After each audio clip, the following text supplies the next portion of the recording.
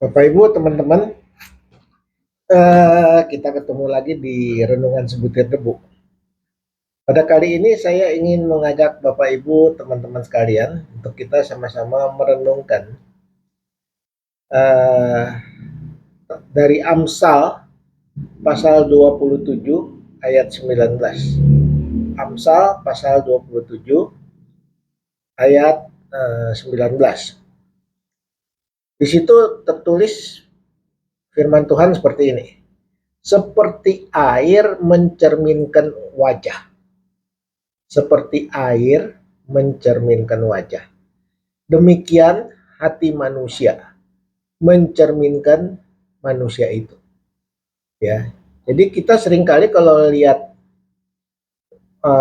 hati manusia, hatinya bengkok atau enggak, dia sedih apa enggak, dia lagi marah apa enggak, kita bisa lihat dari wajahnya, ya.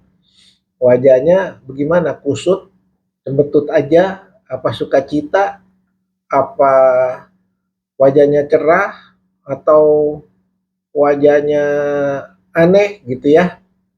Itu terlihat dari wajah. Jadi kalau hati kita bersih, wajah kita juga pasti cerah, pasti penuh cahaya bersukacita, ya. Nah, Bapak Ibu, saya ingin mengajak juga Bapak Ibu kita sama-sama baca dari Yakobus pasal 1 ayat 23. Yakobus pasal 1 ayat 23. Saya bacakan ya.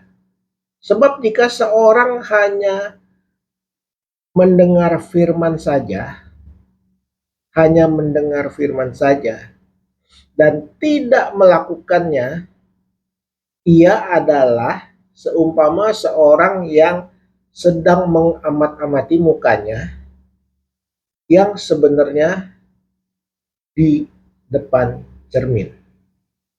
Ya, jadi kalau orang yang cuma dengar firman, dia tahu ada firman ini, tapi dia tidak mengerti, dia tidak menerapkan dalam kehidupannya, dia tidak melakukan dalam perbuatannya, itu sama juga dia cuman ngaca doang, ya. Lantas bagaimana kalau orang yang ngaca? Kalau yang ngaca lihat, oh gua udah cakep nih, gua udah cocok nih, dan begini. Dia tinggalkan itu kaca, akhirnya dia lupa mukanya kayak apa. Iya kan? Dia lupa, dia nggak inget lagi, oh mukanya begini, cantiknya begini. Enggak, dia udah anggap dia cantik. Dia udah anggap dia cocok. Ya. Nah itu maksudnya. Jadi Bapak Ibu teman-teman sekalian ya, kita sebagai anak Tuhan ya harus benar-benar belajar firman Tuhan dan menyelidikinya, merenungkannya tiap hari. Ya, misalnya begini, ya, kita sudah mendengar firman Tuhan dan ada larangan ini, larangan itu, ya.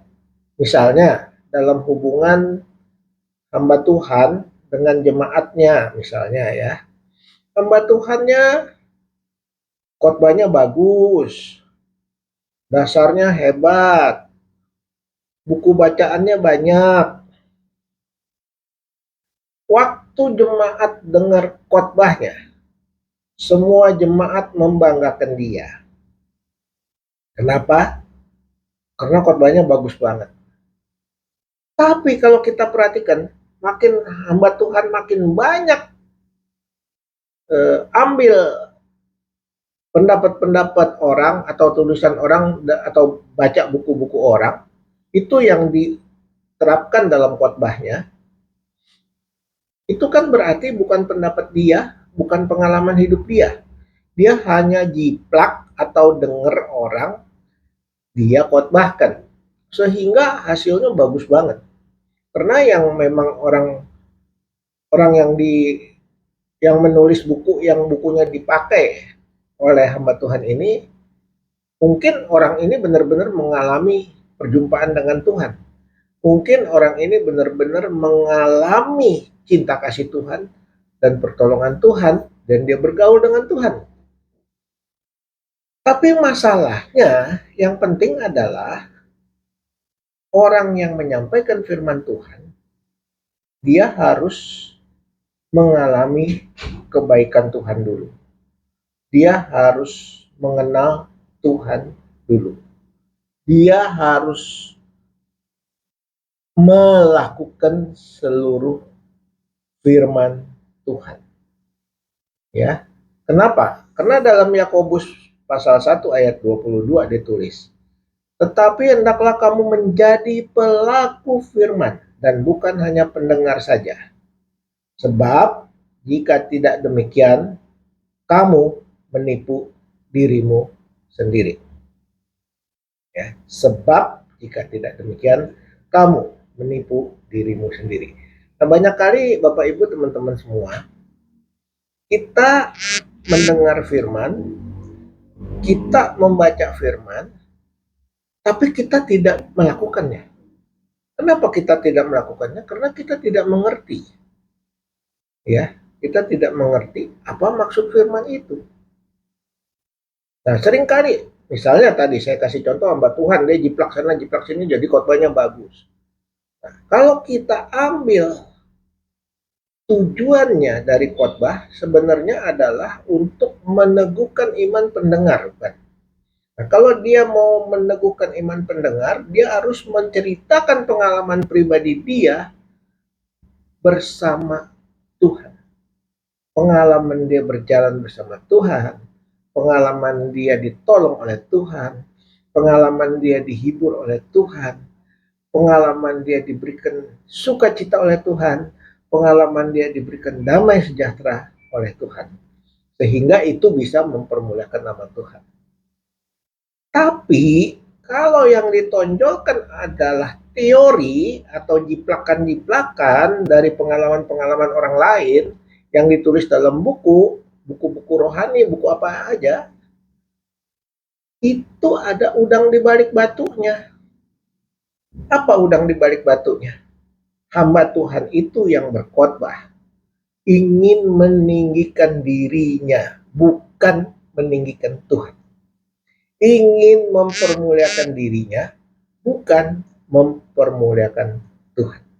Hati-hati, ya. Kita bisa terjebak ke situ. Kenapa? Karena waktu dia kasih lihat dia banyak pengetahuan, dia pintar sehingga orang lihat dia hebat. Padahal hebatnya bukan hebat pengalaman hidup dia, tapi pengalaman hidup orang lain. Ya, dia hanya jiplak dari buku, dari pengalaman hidup, dari mana yang dia dengar. Tapi dia tidak dapat melakukannya. Ya, misalnya, jangan berbohong. Mungkin dalam kehidupan sehari-harinya masih suka berbohong. Jangan menyimpan kesalahan orang atau menghakimi, dia masih menghakimi. Jangan dendam, jangan iri hati, dia masih dendam, masih iri hati. Jangan menyimpan amarahmu melebihi matahari terbenam, dia masih menyimpan amarah melebihi matahari terbenam. Jangan menghina, jangan membenci, tapi dia masih melakukan. Berarti dia, orang itu, tidak menjadi pelaku firman. Berarti dia menipu dirinya sendiri. Ya. Jadi Bapak Ibu teman-teman, nah bagaimana caranya untuk kita jangan sampai salah di hadapan Tuhan? Ya. Kita harus ikutin Yakobus 1 ayat 25. Bunyinya apa? Tapi barang siapa meneliti hukum yang sempurna, meneliti, membaca, merenungkan memikirkan kenapa ya bisa begini, kenapa bisa begitu ya, meneliti hukum yang sempurna, yaitu hukum yang memerdekakan orang. Hukum yang memerdekakan orang apa? Hukum kasih, hukum Kristus, ya. Dan ia bertekun di dalamnya, baca pagi dan malam, renungkan firman Tuhan siang dan malam. Jadi bukan hanya mendengar untuk melupakannya, tapi sungguh-sungguh melakukannya sesuai perintah Tuhan, sehingga dia akan berbahagia dengan perbuatannya. Bagaimana melakukannya? Ya, bukan hanya mendengar dan melakukan, tapi sungguh-sungguh melakukannya. Sungguh-sungguh melakukannya apa? Contohnya, harus belajar menyangkal diri. Diri ingin berbohong, stop. Diri ingin menghakimi, stop. Diri ingin dendam, stop. Diri ingin sombong, stop. Jangan lakukan lagi. Diri ingin marah atau diri menyimpan kemarahan sampai timbul kepahitan, stop. Jangan lakukan lagi. Ya. Jangan membenci, stop. Jangan benci orang lagi. Ya. Ampuni, benar-benar ampuni. Jangan mulut doang. Itu sungguh-sungguh melakukan firman Tuhan. Maka ia akan berbahagia oleh perbuatannya. Gitu Bapak Ibu ya. Jadi mudah-mudahan dengan renungan ini kita semua jadi mengerti, kita juga belajar, kita merenungkan dan berharap kita bisa melakukannya dan taat pada seluruh firman. Karena iman tanpa ketaatan itu mati. Iman tanpa perbuatan untuk taat kepada iman mati. Kalau mati, bagaimana bisa berbahagia? Kalau mati, bagaimana bisa masuk surga? Kalau mati, bagaimana bisa selamat? Sampai di sini dulu Bapak Ibu, nanti kita sambung lagi dalam episode berikutnya di Renungan Sebutir Debu. Jangan lupa ya, klik subscribe, share, supaya makin hari makin banyak orang yang cinta Tuhan, mengerti, dan mampu melakukannya. Tuhan memberkati.